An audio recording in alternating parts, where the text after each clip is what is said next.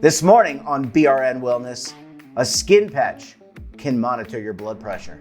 Joining me now to discuss this is Tom Park and Dr. Mu-Young Lin of the University of California, San Diego.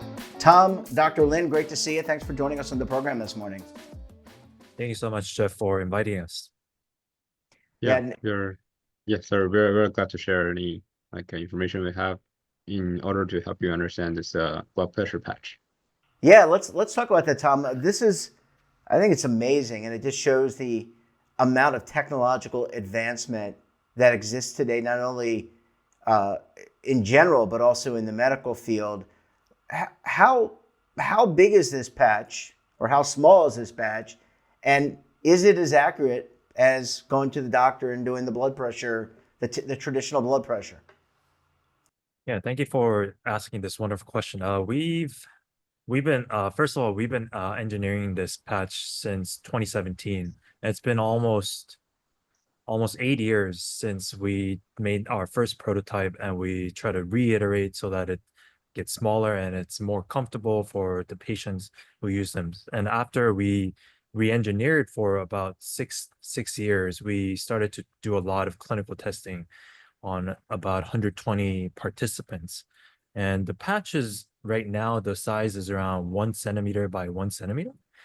And it sits very comfortably on patients. We try to find good materials and do a lot of material characterization and design to so that it's very comfortable for any patients, whoever it is. And during the 120 patients that we monitored, they were some people from their 20s up to people in their 70s, I believe. And they all felt, nobody felt any discomfort or any problem during these measurements. And we're very excited to try to commercialize this product at the end.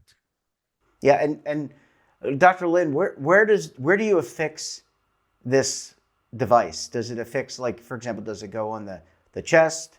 Does it go on the hand, thumb? Where does it typically go? So in this study, we put this device on the brachial artery, so which is right at the brachium. So this is exactly where the doctors will acquire your blood pressure with the conventional cuff. So the reason we put it here is to have a good comparison with those conventional cuffs. So whatever blood pressure readings we get, we can easily compare that to the doctor's readings. And actually, this device is not limited to this position. We can also put this on anywhere where you have an artery that is pulsating. So whenever there's a pulse, we can capture that. Yeah, sorry, I didn't mean to interrupt you. And Dr. Lin, how does the reading get from the patch? Does it go to your phone? Does it go to another device, type of device? How does it connect through the air, so to speak? Yeah, this is a good question. So right now we're using a cable to wire out the data and also at the same time powering the device. So we're connecting this to a desktop machine, which can do the data reading, data processing, and also display. And also down the road, we are also miniaturizing the system so that in the future, the patient could wear a small patch together with the probe, the ultrasound probe we have. So the entire thing is a wearable device with a battery powered. So that's the end goal of our innovation. And I mean, Tom, that would be amazing, because you think about, we were talking offline in the virtual green room about, people wear Fitbits and all sorts of devices. This is, from what I can tell, the first of its kind to take that traditional blood pressure test, miniaturize it, and make it portable. Yeah, you're right. Definitely. There have been a couple other attempts, but the one that we have been focusing on is we thought that after you engineer, you need to actually check it out to see if it actually works on patients. So that's what we have achieved, and we show this on about 120 people throughout with various diseases and who are also healthy as well. Yeah, and Dr. Lin, what does this mean long term? Because if you have a heart, even if you don't have heart challenges, say you don't have cardiovascular disease, or you don't have any type of predisposition to that type of disease, there's really no excuse not to check your blood pressure. And blood pressure, as we know, Dr. Lin, can change over the day, depending on the type of activity you have. So what does this mean for the gathering of data, but also the treatment of some of these diseases that we're inflicted by? Speaking of this monitoring, so it's the key concept or meaning is twofold. So one is that we can keep capturing the waveform of your blood pulse. So in comparison with those conventional cuff, which can only capture the systolic and diastolic, so just two values. So doctor can make diagnosis on this, but they're also losing information of getting this wave profile. So how hard is pumping the blood and how this blood like flow into the arteries.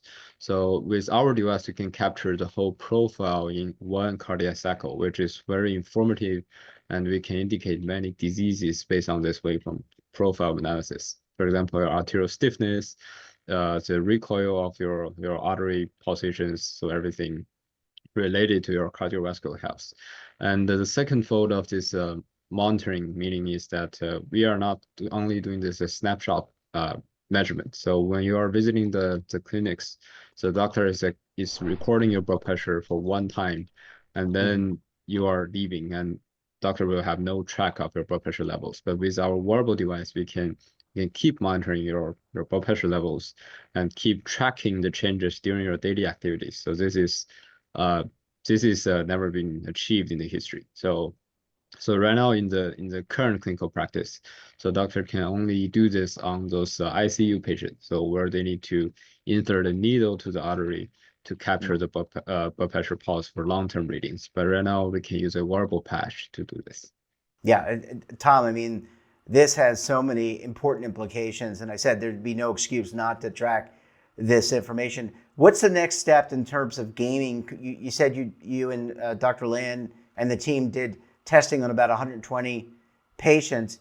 What's this next step to get to that commercialization where this becomes used in every possible way, clinics and hospitals throughout the US, maybe throughout the world? So the next key steps that we need to take are, we already have a portable wearable system that we can use to monitor these patients. So using this, we need to upscale our manufacturing first. We've manufactured about 20 in-house, but as you know, if blood pressure and everybody wants to use it, I can't be making these devices by my hand every time for everybody in this world. So we need to work with manufacturing people to actually get it to manufacture more than thousands so that we can go to the FDA and get a FDA clearance. Got it. Yeah, I mean, I guess you wouldn't want to be in a garage like Steve Wozniak and Steve Jobs hunkered over, and you'd need to really, I mean, they're small, so you would need to really hunker over and create it. So, I mean, gentlemen, really impressive. Congratulations to you and the team, and we look forward to hearing the progress of your efforts in the future. Thanks for joining us, and we look forward to having you back on the program again very soon. Thank you so much, Jeff. Thank you. And don't forget to subscribe to our daily newsletter, The Morning Pulse, for all the news in one place. Details, of course, at our website.